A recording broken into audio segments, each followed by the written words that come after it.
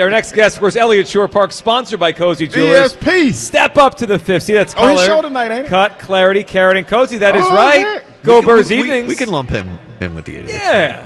I don't know, man. Eliot he's had some fire takes lately, man. He's been on fire. That's what I expect. Eliot Shorr-Parks joins us right now. Eliot, how are we doing today?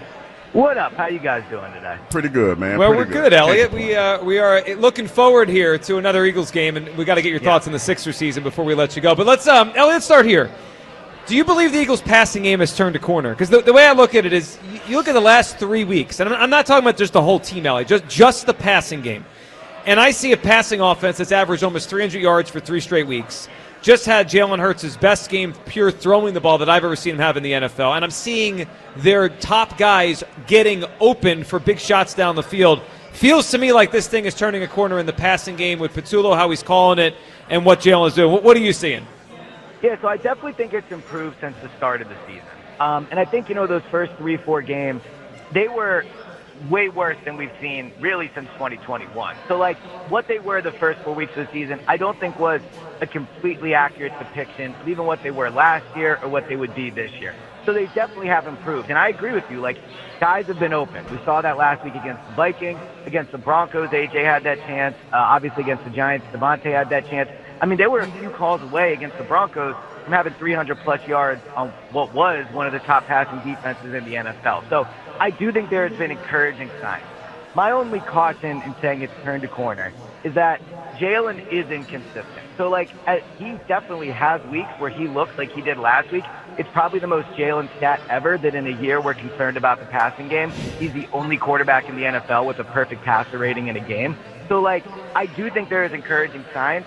But do I feel confident against the Giants that they'll have 250? Do I feel confident against the Packers they'll throw for 250?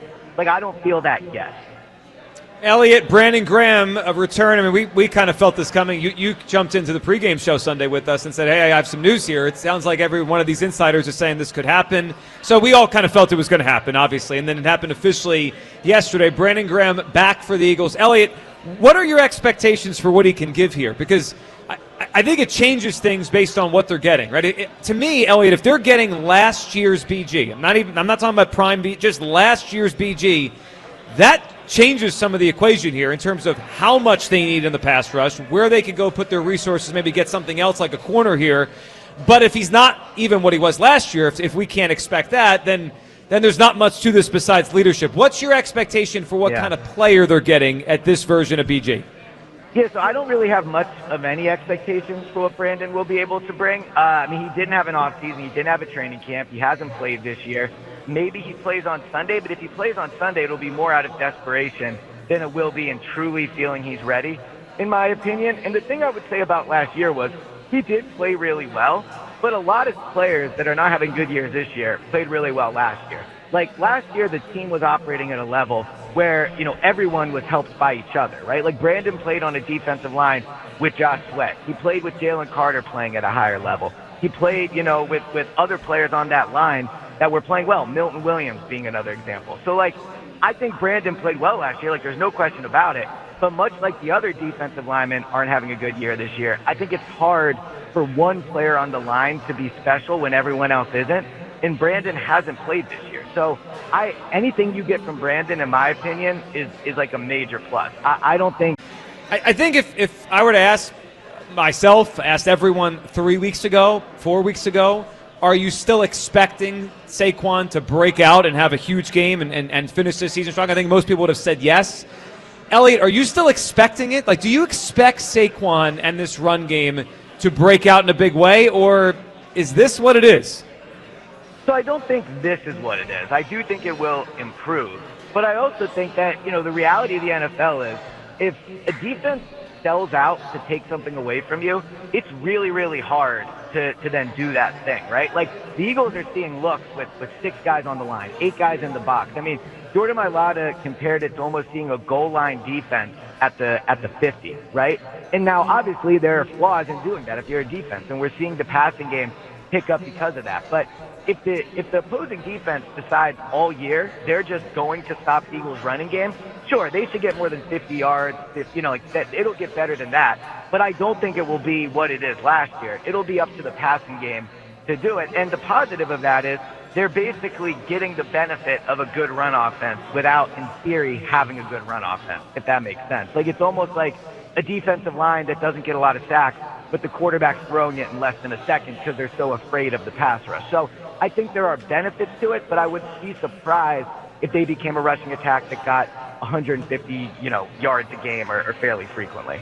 Eliot, you said the word surprise there. I'd be surprised if Sunday we see a ton of under center stuff from the Eagles. We saw it a little bit on this past Sunday, right, against the Vikings. It worked great. Jalen was 4-4 play action from under center. I mean, Eliot, you take the calls, you hear it. I'm sure you'll get it tonight on Go Birds Evenings. People want them to go under center. They want that style offense. But Jalen's been the quarterback for 5 years, and they do it infrequently. Do you think Sunday against the Vikings was the start of something, or was that a one-off? So I think it could be the start of something. We saw at last season after the bye week there, obviously a mini bye week this season, that when they make a change like that, it's normally for good, right? Like we've seen with the running game last year. Like they went to the running game and they stuck with the running game. Now, in terms of under center, I do think this is a little bit like the pre-snap motion thing from a few years ago where everybody was so obsessed with pre-snap motion. And really what happened was they just started playing better, and so the offense looked better. I think that being under center helps, but I don't think it is the key to solve everything. Like, the players need to play better. The offensive line needs to block better. Jalen needs to be more accurate at times. So, like, that's the key to it. But I would also say this, and I'd be curious for your perspective on it. Like, I agree. I think the not being under center thing is a Jalen thing. Like, that is my assumption. But if you go back and you look at Nick Sirianni's offenses in Indianapolis, Phillip Rivers was almost always in the shotgun. So I don't know if that was a preference for him as well, and maybe Nick is just used to coaching it. But when I looked that up, I expected to see Phillip Rivers under center a ton, and that's not what the stats showed. So I do think it is a Jalen thing ultimately because they build the offense around what the quarterback wants. But it's worth noting Nick has been an offensive coordinator coach that has always coached out of shotgun. Yeah, that's something I didn't realize until you brought it to the table. Yeah. Maybe it's both of them. Maybe the two of them together like this more, and we'll see if they change it at all. All right, Eliot, along with the Big Eagles week, we also have the start of the NBA season, and we know you're a hoops guy and a Sixers guy. Yeah. Eliot, are you excited for the 2025-26 Sixers? I am. And the reason I'm excited is because I have zero expectations, and it feels so good and so refreshing to be back here.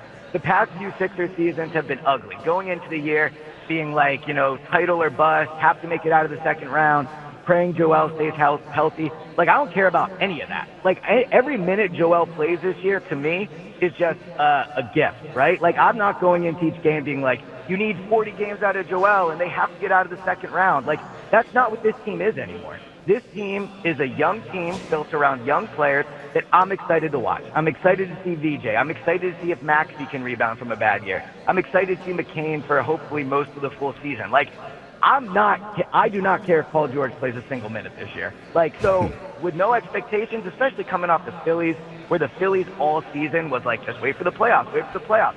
I'm thrilled to have a team in the city now where I can just watch for fun and I don't have to worry about expectations. That's a hell of a perspective. I never looked at it like that. And it is a good point. It is kind of the inverse of the Phillies, right? Instead of get me to October, it's I'm not expecting May. No pressure. Right? It's the same with the Eagles, right? Like the Eagles, every game they play now, they're expected to win. They're expected to win 80% of their games. They're expected to go to the Super Bowl. Like, and those expectations are fair.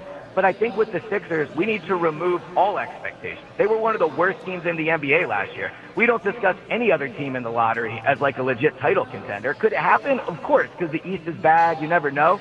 But I'm not expecting it, and it's a refreshing, fun place to be. Yeah, I'm with you on this. It feels to me like for the first – it reminds me of like 2016, 2017 with them, like the last time it was like this, where it's like the future has a chance to be bright, and let's enjoy the growth here as we go through it. Eliot, we appreciate you hopping on, and we will see you on Sunday for the pregame show. Sounds good. Talk to you guys later. There he goes. Eliot Shorr-Parks there.